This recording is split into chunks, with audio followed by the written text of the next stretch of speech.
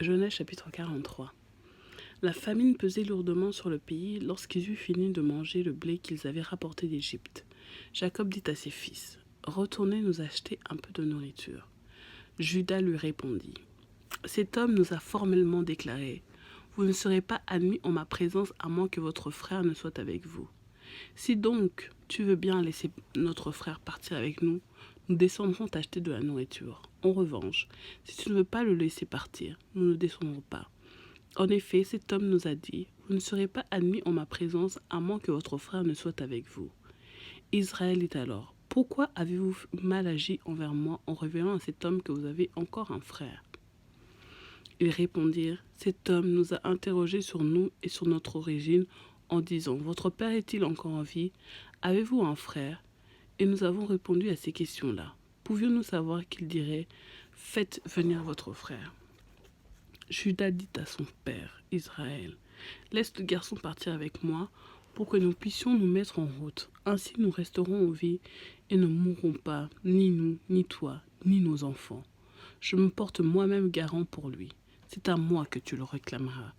Si je ne te le ramène pas et ne te permets pas de le revoir, je serai pour toujours coupable envers toi. En effet, si nous n'avions pas tardé, nous serons déjà 2 fois de retour. Leur père Israël leur dit, puisqu'il le faut, faites ceci. Prenez dans vos sacs des meilleurs produits du pays pour en apporter en cadeau à cet homme. Un peu de baume, un peu de miel, des aromates, de la myrrhe, des pistaches et des amandes. Prenez le double d'argent avec vous et rapportez l'argent qu'on avait mis à l'entrée de vos sacs. Peut-être est-ce une erreur. Quant à votre frère, prenez-le, levez-vous et retournez vers cet homme. Que le Dieu Tout-Puissant éveille la compassion de cet homme envers vous, qu'il laisse revenir votre autre frère et Benjamin avec vous. De mon côté, si je dois être privé d'enfants, que j'en sois privé. »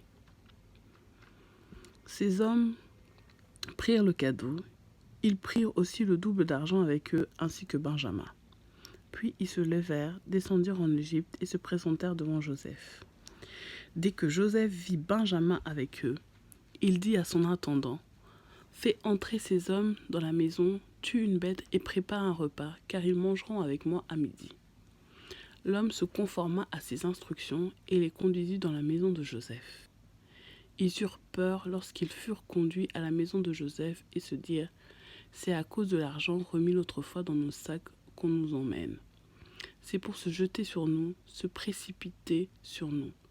C'est pour nous prendre comme esclaves et s'emparer de nos ânes. » Ils s'approchèrent de l'intendant de Joseph et lui adressèrent la parole à l'entrée de la maison. Ils dirent, « Pardon Seigneur, nous sommes déjà descendus une fois pour acheter de la nourriture. Quand nous sommes arrivés à l'endroit où nous devions passer la nuit, nous avons ouvert nos sacs et constaté que l'argent de chacun était à l'entrée de son sac, notre poids exact d'argent. Nous le rapportons avec nous.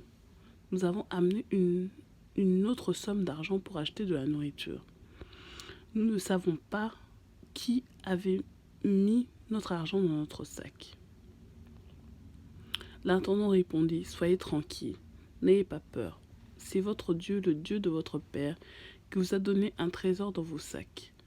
Votre argent m'était bien parvenu. » Puis il leur amena Siméon et les fit entrer dans la maison de Joseph. Il leur donna de l'eau pour qu'ils puissent se laver les pieds et donna aussi du fourrage à leur âne. Ils préparèrent leurs cadeaux en attendant que Joseph vienne à midi, car on les avait informés qu'il mangerait chez lui. Quand Joseph fut arrivé à la maison, il lui offrit le cadeau qu'ils avaient apporté et ils se prosternèrent jusqu'à terre devant lui. Il leur demanda comment ils allaient et il dit, « Votre vieux père dont vous avez parlé est-il en bonne santé? Est-il encore en vie? » Ils répondirent, « Ton serviteur, notre père, est en bonne santé. Il est encore en vie. » Puis ils s'inclinèrent et se prosternèrent. Joseph leva les yeux et jeta un regard sur son frère Benjamin, le fils de sa mère. Il demanda, « Est-ce votre jeune frère, celui dont vous m'avez parlé ?» Et il ajouta, « Que Dieu te fasse grâce, mon fils. » Il était profondément ému à la vue de son frère et avait besoin de pleurer. Il entra prit ta main dans une chambre et il pleura.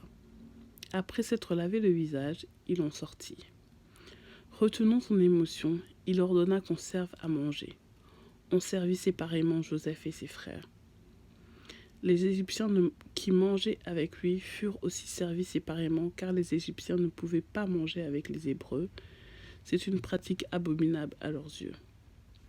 Les frères de Joseph s'assirent en sa présence, de l'aîné au plus jeune en fonction de leur âge. Ils se regardaient les uns les autres avec étonnement. Joseph leur fit porter des plats qui étaient devant lui, et Benjamin eut 5 fois plus que les autres. Ils burent tout leur saoul avec lui.